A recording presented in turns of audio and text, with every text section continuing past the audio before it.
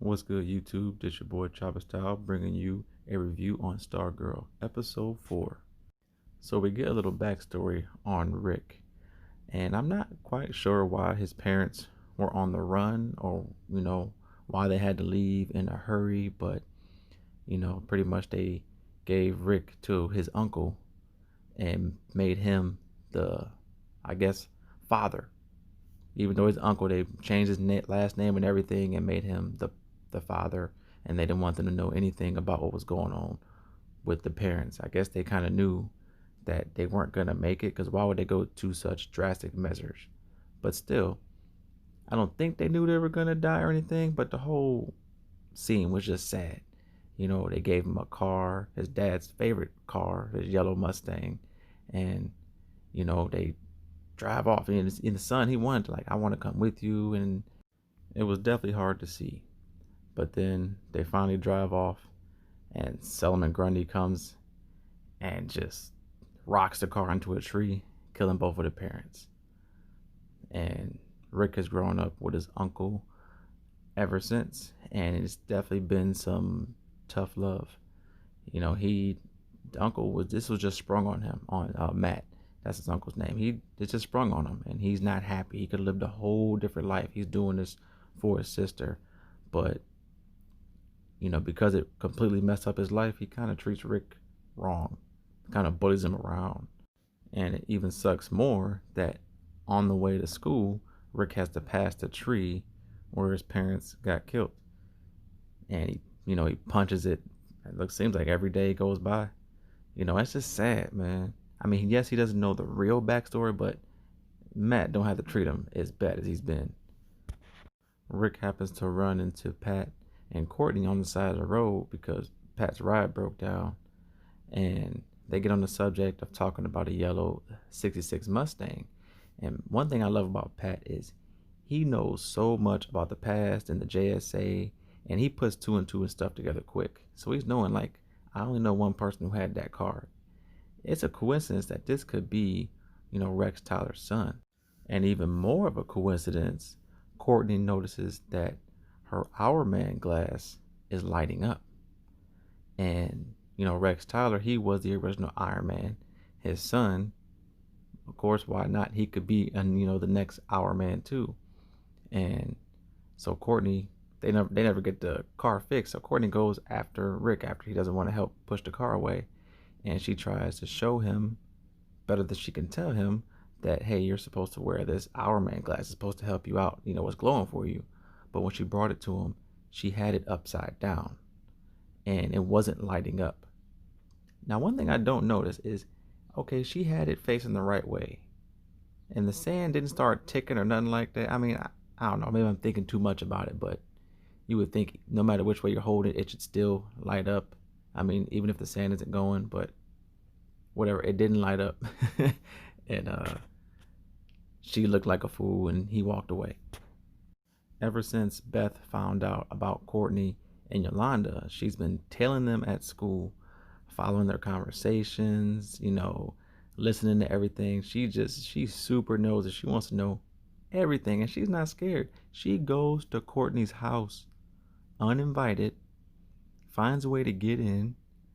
Oh yeah, meanwhile, Courtney had took all of her JSA equipment to school because her mom was looking through her stuff and almost found out about it.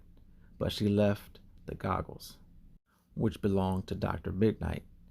And Beth, while she was waiting in the house for Courtney to come home, the dog had the glasses or the goggles. And, she just follows the dog, goes all the way up to Courtney's room, and it's just snooping around. I'm just like, damn, this girl just doesn't care. And she puts the glasses on, and Dr. Charles McNider talks to her, which is the original Dr. Midnight.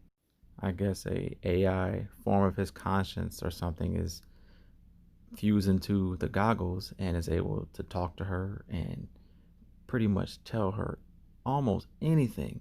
Like, these guys, I didn't know much about Dr. Midnight, but this dude, his powers are lightweight a beast.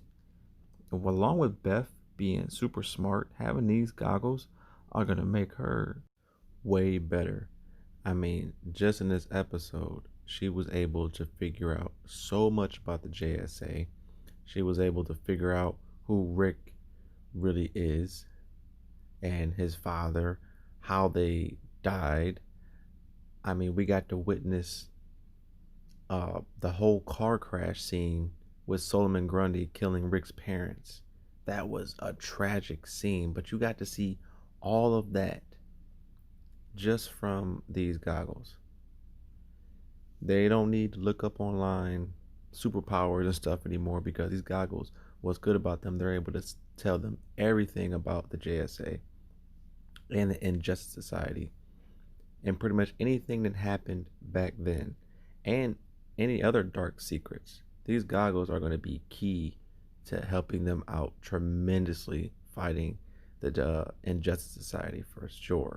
Courtney finally get back to the house and she sees Beth with the goggles on and she tries to make up lies and the goggles tell her right away she's lying and she figures out everything. So Beth kind of forcefully conned her way into working with Courtney and Yolanda, but it's not necessarily a bad thing. That led them on the hunt to find Rick. And they finally do find Rick at the party. But before I talk about that, you find out that Brainwave's son, Henry, is at the party and he's acting a little strange. He's starting to have these headaches. He's starting to hear people talking, but their mouths aren't moving. So pretty much, it looks like he's starting to get his powers. He starts to come outside, and he read Yolanda's thoughts. And she seemed surprised. He said, "What'd you say?" And she said, "Oh, nothing." But really, she was thinking something, and he overheard it. So he's definitely starting to get his powers. And with how quickly they're coming on, I mean, who knows what he's going to do with his powers? Is he going to stay bad? Is he going to go good? I mean, with his father getting hurt, maybe he might be on their side. I have no idea, but we're going to have to wait and see. But anyways, they find Rick and they talk and they convince him to try this Hour Man glass. And he does it. But he doesn't, like, he gets his powers, but he doesn't right away want to become good. Once he found out how powerful he was by completely crushing a keg, he goes off and does his own thing. He witnessed his uncle trying to hit on a girl in a store, and his truck was outside, and Rick just dismantled his whole truck in one punch, completely totaled. And while he's on this, little rampage, Yolanda and Stargirl and all them, they get on their costumes and they meet up with him. And Beth, comes to the rescue, and that's when she's able to show him the whole car accident scene, and what him being able to see that. I mean, in detail, he got to see their faces, their last moments, all that, and the fact that he knows it, how his parents really got killed instead of him being lied to his whole life. That made him realize a whole lot. He's calmed down more, but he says he wants revenge. He doesn't want uh to peace or anything. He wants revenge. I don't maybe that is going to cause a rift later on. Um Not sure, but for the most part he's on the team and he's going to be very very helpful at least for 1 hour at a time. But for that 1 hour, he can wreak havoc for real. We get to see more of the gambler in this episode as well. One of his henchmen is asking for, his pay cut, and gambler gives him his money, but then also gives him a chocolate coin. I knew right then and there something was wrong with that. I thought gambler was gonna take him out right then and there, but comes to find out it was some type of poison, and that's messed up. I mean, but he's a villain. He's getting rid of all his loose ends. We even find out the fiddler. She stops this truck that's carrying the satellite parts that the Injustice Society is trying to build. and she is able to mind control the delivery drivers. And one of the delivery drivers is not being able to be hypnotized. And then that's when the gambler comes out and brings out this little bitty old handgun out of sleeve and kills that dude. So all this stuff is starting to get crazy.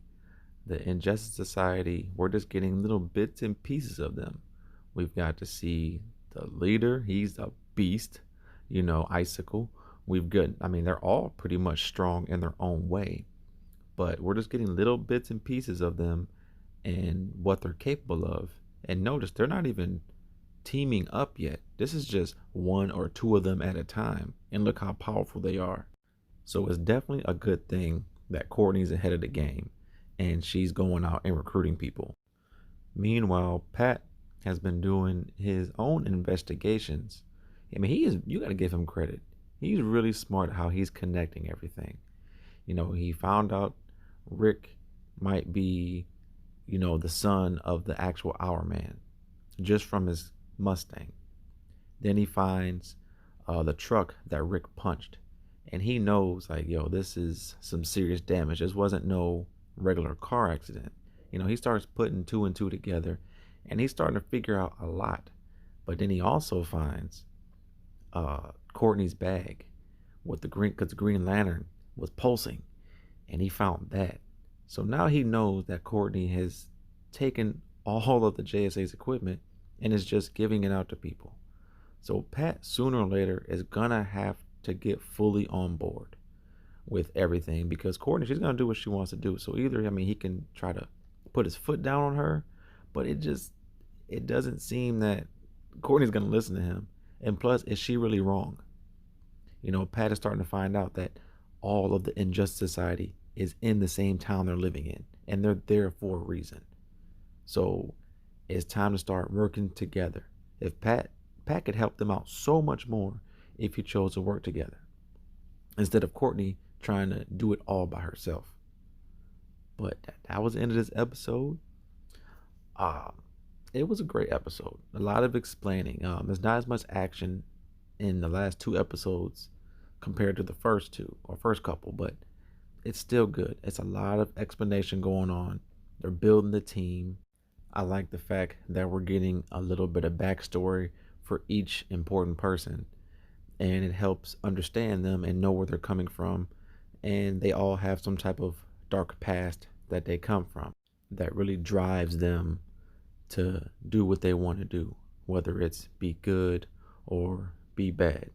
But both sides, good and bad, have their motivation, and that's what's good. So you can kind of feel both ways. But I'm excited to see more. I'm excited to see Green Lantern. Hopefully, they showed his lantern, so hopefully we get to see the next Green Lantern. He's one of my favorite DC characters. Super powerful. But this is the end of the review. Like, comment, subscribe, leave your thoughts if you like. Chopper Style out.